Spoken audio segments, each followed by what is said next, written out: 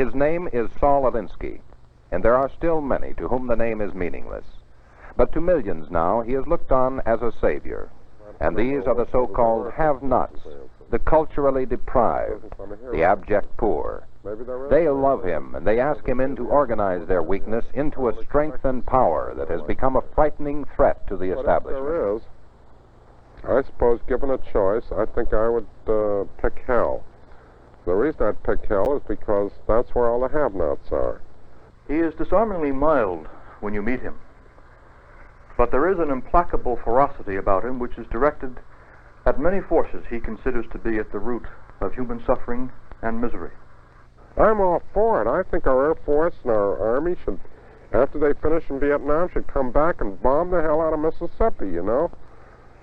What would it be? Southern Mississippi instead of northern Mississippi.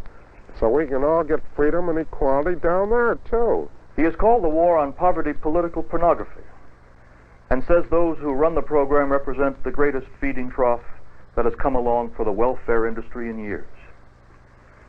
There are always repercussions whenever Saul Alinsky moves into an afflicted ghetto with his Industrial Areas Foundation, perhaps because it is felt he may get some results quicker than the established authorities, whom he ridicules for their boondoggling.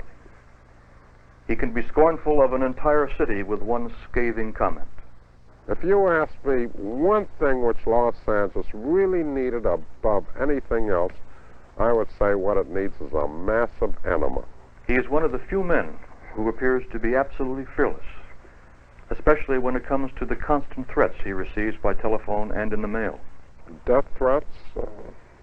I'll probably get knocked off. I think with all this notoriety and all this stuff that goes up, that there's always some kooky crackpot who will say, you know, I'll get national headlines by knocking him off, which he will, you know. This, then, is an opening frame that we put around the self-portrait of one of the most controversial figures in today's gallery of American radicals. On this KPIX report, Saul Alinsky will share with you his searching, personal assessment of himself, as he did with us in this exclusive half-hour titled, I'd Organize Hell. My name is Jack Bunzel. We'll journey to Carmel, California to meet Saul Alinsky in just a few moments. There is no nice way of getting things changed. And it's time that a good part of our country began to wake up and live in the world as it is, rather than the world as we would like it to be.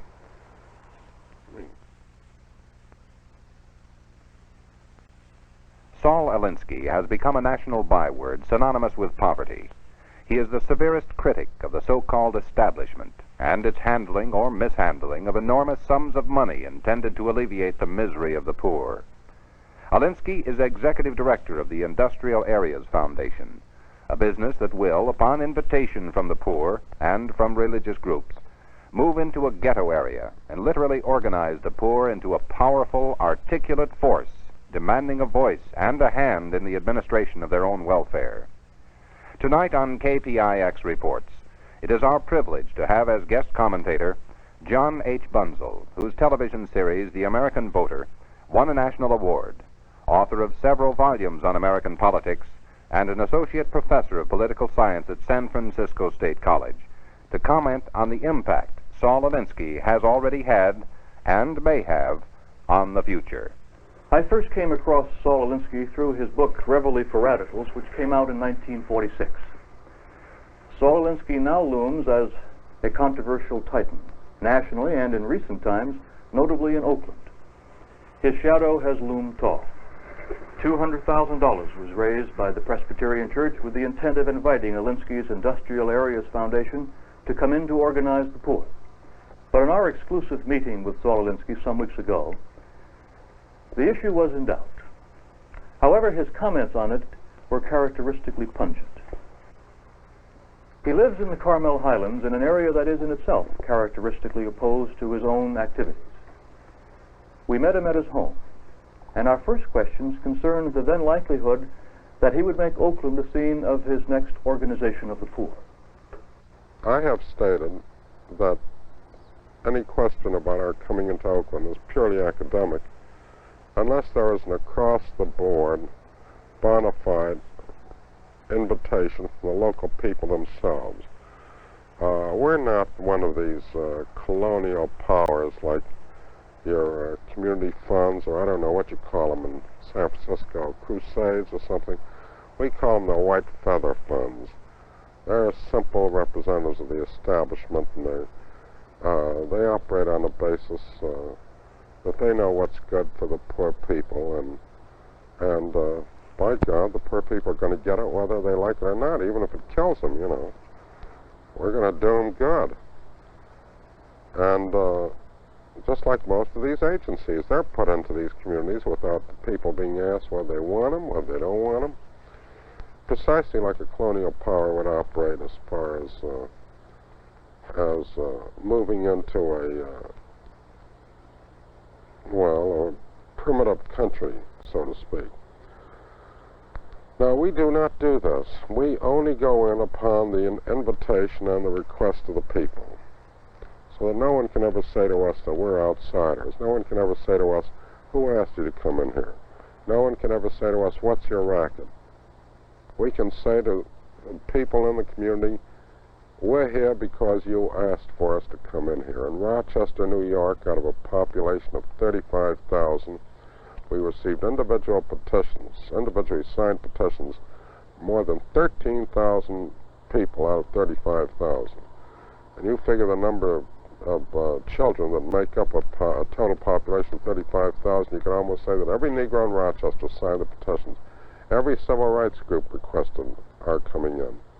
Every church within the Negro community. Why, in Buffalo, New York, where the budget is about $175,000, a budget which has been raised now. I'm going to Buffalo this week. The Negro community, the low-income Negro community, out of their own pockets, put up more than $30,000 of that budget. And why? Because they want this. This is their own.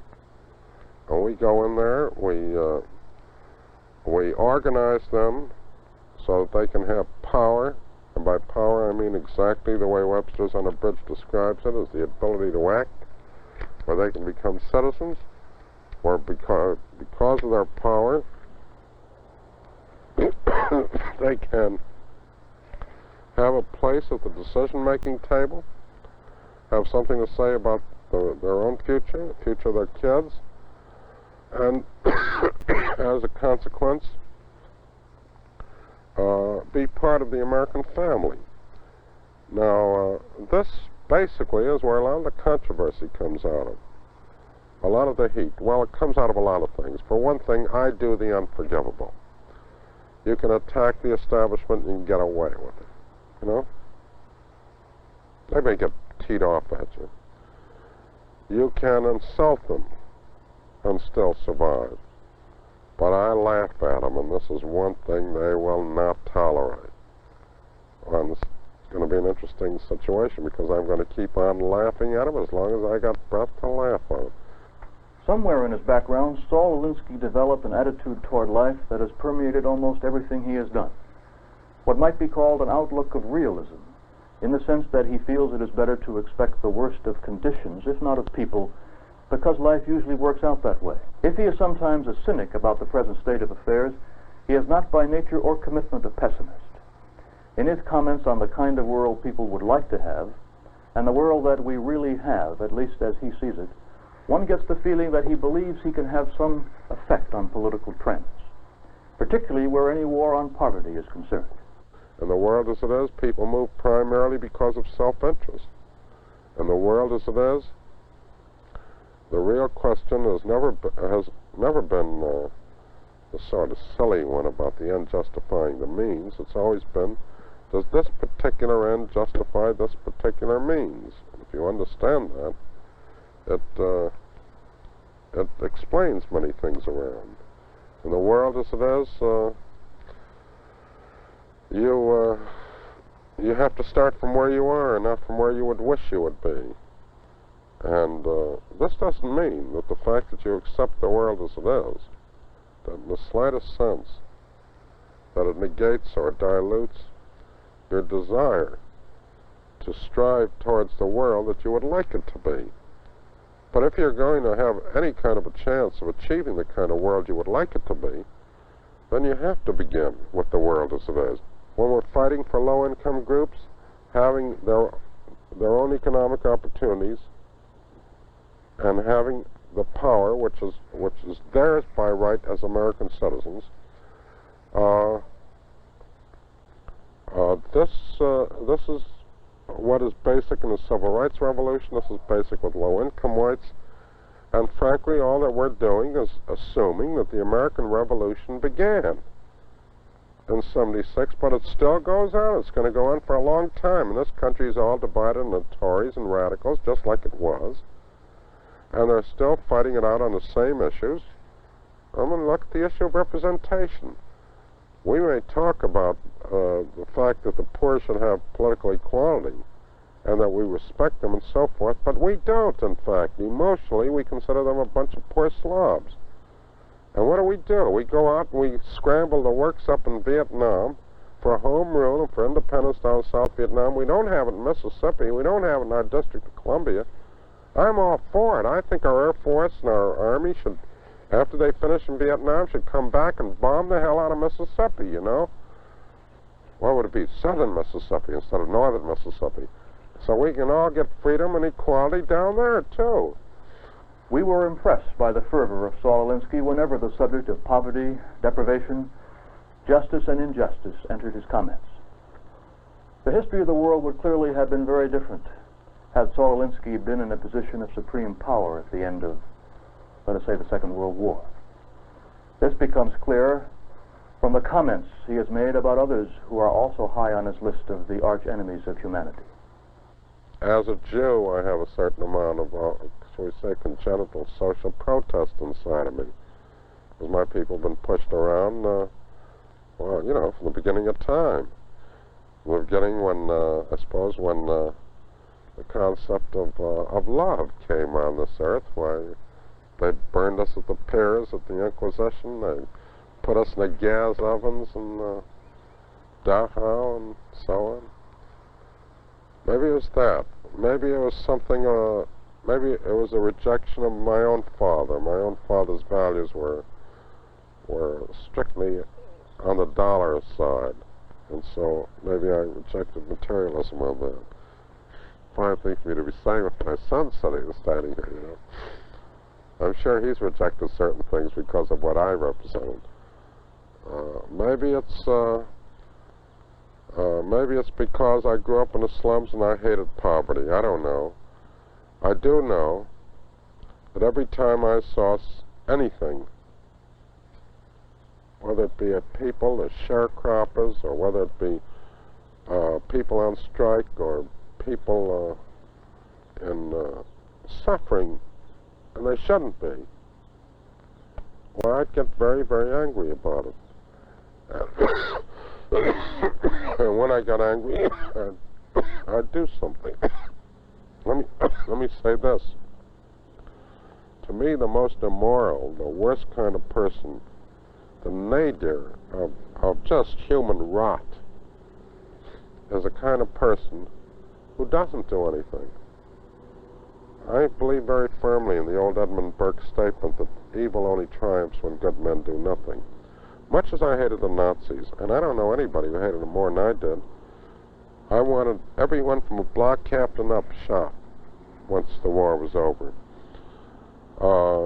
Even in those conversations with the editors of Harper's, I was questioned about my feeling on the bomb, and I pointed out that one of the feelings I had was that it had been dropped on the wrong place. It should have been dropped in Berlin instead of on Hiroshima.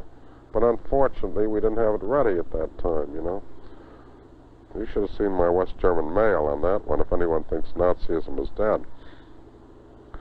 But much as I hated these Nazis, I hated far more these good people who would look out their windows, see these political prisoners being put into the vans, pull the curtains, turn to each other, point out how horrible, immoral, and awful it was, but they did nothing. And you can always tell these characters. They go around with a marker cane on them. you can always recognize it's branded across their forehead. It either reads one of two ways. Either, I agree with your objectives, but not with your tactics. See? That absolves them. Then you ask them, well, what would you do? Well, we'd like to think about it, because they haven't got any answers.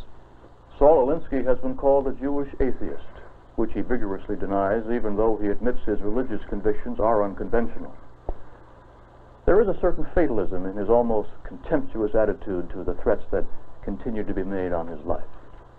What he has to say now, however, is underscored by his awareness that change is a law of life, and that the social consequences will be felt by all of us, like it or not. Death threats, I'll probably get knocked off. I think with all this notoriety and all this stuff that goes up, that there's always some kooky crackpot who will say, you know, I'll get national headlines if I knock him off, which he will, you know. I just don't have the fortification of a religious faith in the conventional sense. I wish I did have one. You know, then you have the answers. However, I've long since learned, not too long, in the last 10 years or so, I've learned to be able to live comfortably without answers, without definite answers. Because I don't know whether there are such things as answers. Take the business on the hereafter. Maybe there is, maybe there isn't. I've never seen the evidence one way or the other. I don't expect to see it during my lifetime. But if there is, I suppose, given a choice, I think I would pick hell. The reason I'd pick hell is because that's where all the have-nots are. You know, the currency of the realm shifts. Over here it's money, over there it's virtue. But either way, if you haven't got it, you're stuck. And I've spent all my life with the have-nots. And once I got into hell, well, I'd start organizing, just like I do down here. And then I'd be in heaven, personally, you know, because this is the thing that gives me the greatest happiness in life. And look out, heaven, here we come. I'm sure there are a lot of grievances that people down there have that should be worked out one way or another. Now, I suppose another thing which causes a lot of hate, real hate on me, is it isn't so much what I say, it's the fact that I say it out loud. These are the things that people know, but it isn't considered tactful to talk about it, you know. It's sort of like doing your toilet in public. Well, life's too short to horse around that way as far as I'm concerned. And I think that things would be a lot better if a lot more people did their toilet out in public. I think, for example, take San Francisco. If you ask me, well, not San Francisco, Oakland. Well, let me play it safe. Let me make it Los Angeles. If you ask me one thing which Los Angeles really needed above anything else, I would say what it needs is a massive enema, you know? Now, you can read into it just what I'm saying, but you know, and there isn't a guy in Los Angeles who doesn't know that. He's going to be honest on it. That is, a guy who wants to see Los Angeles become more than just a possible pictorial representation for an essay on Sodom and Gomorrah, you know. Wherever Saul Alinsky goes, and he has helped organize more than 2 million people in 44 communities over the last 30 years, he digs into what he calls a morass of resignation, hopelessness, and despair. Providing tactical advice and technical consultation, he works with the local people in, as he puts it, rubbing raw their resentments and agitating to the point of conflict. But in this personal assessment of himself, Alinsky also reflected on other themes. Let me talk about something else for a moment. I think that our country is faced with and is infected with the worst subverting infection that it has ever experienced in its history. And what I'm referring to is something called Madison Avenue public relations, middle class, self-righteous moral hygiene. It affects our domestic way of living. It affects our foreign policy as well. It makes us almost look moronic. You know, you watch TV commercials and you get a picture that the only thing that the American people, and particularly American women, are concerned with is whether their wash is whiter than somebody else's wash, or whether they smell prettier than somebody else, and well, this is what it's become. It's become sort of a deodorized, sterilized kind of culture. And the whole issue is to avoid controversy. Even Johnson comes out with a policy of consensus, you know. No controversy. Controversy is bad. Well, consensus, regardless of whose mouth it comes out of, is nothing more than a huge pile of Madison Avenue manure when you get right down to what it is. It's been a withdrawal, but it goes deeper than that. It's the kind of withdrawal that says, well, I can't figure out the answers here, and it's just too damn bothersome. So we'll let Johnson do it, you know. And then Johnson, as a consequence, gets much more authority and can get away with more things than any president in any other situation except the war period could get away with, because people don't want to challenge it. Oh, it becomes too complex. So you say, well, now what are we really fighting for over there? Have they ever had a free election in South Vietnam? Is this a free country? Do they know what we're talking about on freedom? Well, then the answer always is, you talk that way and you're giving aid and comfort to Hanoi. You know, you sound like Thomas. You can't get into discussions on the thing. You get a situation also where, as part of this whole consensus deal, there's a very bitter vindictiveness that's seeping into the country, where if you oppose somebody, there will be sharp retaliations against you, almost reminiscent in its own way of the old Senator McCarthy days of Wisconsin, except on lower levels. In many ways, they would make old Senator McCarthy seem sort of honest, you know. At least he was open on it.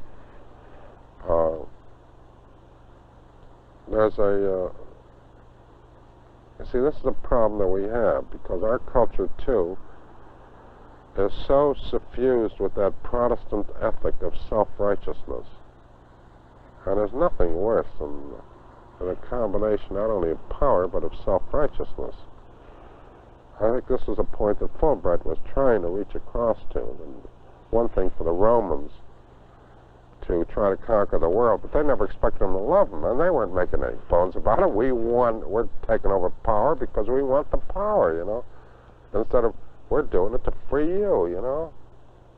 We're doing it for you, whether you like it or not. Were we going to the Dominicans? Hell, we didn't even know which side we were on for the first few days.